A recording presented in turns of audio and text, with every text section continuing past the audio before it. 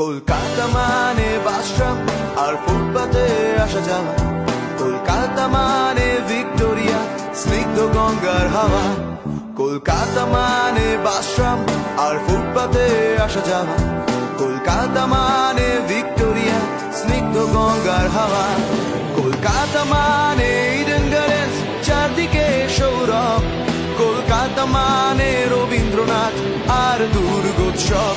Kolkata Kolkata Kolkata Kolkata Kolkata Kolkata Kolkata Kolkata Kolkata.